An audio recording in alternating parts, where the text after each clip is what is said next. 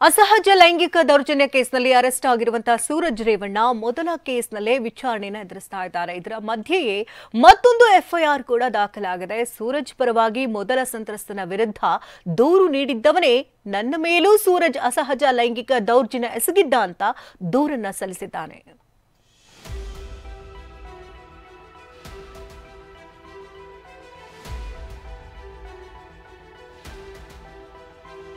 H D. Revanna ಕುಟುಂಬಕ್ಕೆ ಅದೆಂತ ಪರಿಸ್ಥಿತಿ ಬಂದಿದೆ ನೋಡಿ.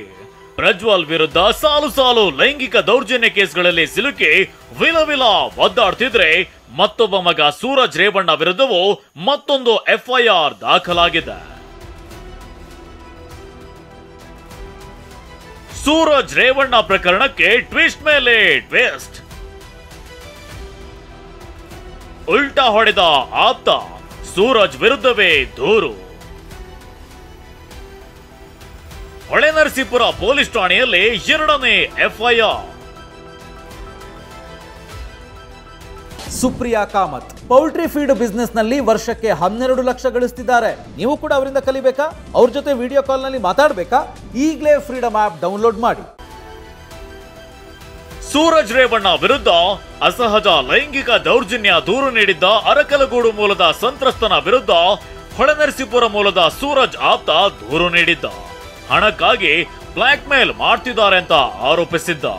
ಇದಾದ ನಂತರ ಹೊಳೆನರಸೀಪುರದ ಯುವಕ ನಾಪತ್ತೆಯಾಗಿದ್ದ. ಆದ್ರೆ ಅರಕಲಗೂಡು ಮೂಲದ ಯುವಕನ ದೂರು ಸ್ವೀಕರಿಸಿ ಸೂರಜ್ ಅರೆಸ್ಟ್ ಮಾಡ್ತಿದ್ದಂತೆ ಹೊಳೆನರಸೀಪುರದ ಯುವಕ ಪ್ರತ್ಯಕ್ಷನಾಗಿದ್ದಾನೆ. ನನ್ನ ಮೇಲೂ ಲೈಂಗಿಕ ದೌರ್ಜನ್ಯ ನಡೆದಿದೆ ಅಂತ ದೂರು ನೀಡಿದ್ದಾನೆ. ಈ ಮೂಲಕ ಹೊಳೆನರಸೀಪುರ ಠಾಣೆಯಲ್ಲಿ ಸೂರಜ್ ವಿರುದ್ಧ ಎರಡನೇ ಎಫ್ಐಆರ್ ದಾಖಲಾಗಿದೆ. 4 ವರ್ಷಗಳ ಹಿಂದೆ ಕೋವಿಡ್ ಸಮಯದಲ್ಲಿ ಲೈಂಗಿಕ ದೌರ್ಜನ್ಯ ನಡೆದಿದೆ ಅಂತ ಸೂರಜ್ ಆಪ್ತ ಆರೋಪಿಸಿದ್ದಾನೆ.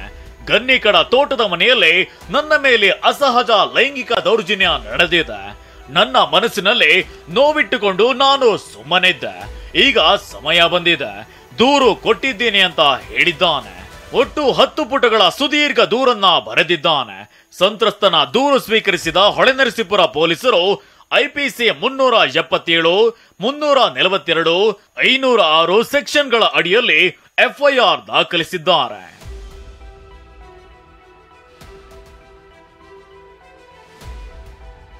ಇನ್ನು ದೂರು ನೀಡಿರುವ ಸೂರಜ್ ಆಪ್ತನ ಹೇಳಿಕೆಯನ್ನ ಪೊಲೀಸರು ಸಂಪೂರ್ಣ ವಿಡಿಯೋ ಮಾಡಿಕೊಂಡಿದ್ದಾರೆ. ಸೂರಜ್ ಪರವಾಗಿ ದೂರು ನೀಡಿದ್ದೇಕೆ, ಈಗ ಸೂರಜ್ ವಿರುದ್ಧ ದೂರು ನೀಡಿದ್ದೇಕೆ ಅನ್ನೋದನ್ನ ಸ್ಪಷ್ಟಪಡಿಸಿದ್ದಾನೆ. ನಾನು ಅವನು ಕೊಲೆಗೂ ಒಟ್ಟಿಗೆ ಕೆಲಸ ಮಾಡಿಲ್ಲ. ನಮ್ಮ ಮೂಲಕ ಏನು ಪರಿಚಯ ಇಲ್ಲ, ಅವ್ರ ಪರಿಚಯ ಇದ್ರು ಅನ್ನೋದು ನನಗೆ ಗೊತ್ತಿಲ್ಲ. ನನಗಾದ ದೌರ್ಜನ್ಯದ ಬಗ್ಗೆ ಮತ್ತೆ ನನ್ನನ್ನು ಎದುರಿಸಿ ಸಂತ್ರಸ್ತರ ಮೇಲೆ ರಿಟರ್ನ್ ಕಂಪ್ಲೇಂಟ್ ಕೊಡಿಸಿದ್ರ ಬಗ್ಗೆ ಸೂರಜ್ ರೇವಣ್ಣ ಮತ್ತೊಂದು ಸಹಚರರು ಆ ವಿಚಾರವಾಗಿ ನನಗೆ ಕಂಪ್ಲೇಂಟ್ ಕೊಟ್ಟರು. ಒಟ್ನಲ್ಲಿ ಸೂರಜ್ ರೇವಣ್ಣ ವಿರುದ್ಧ ಎರಡನೇ ಎಫ್ಐಆರ್ ದಾಖಲಾಗಿದ್ದು ಸದ್ಯಕ್ಕೆ ಸಂಕಷ್ಟ ತಪ್ಪಿದ್ದಲ್ಲ. Bureau report, TV9.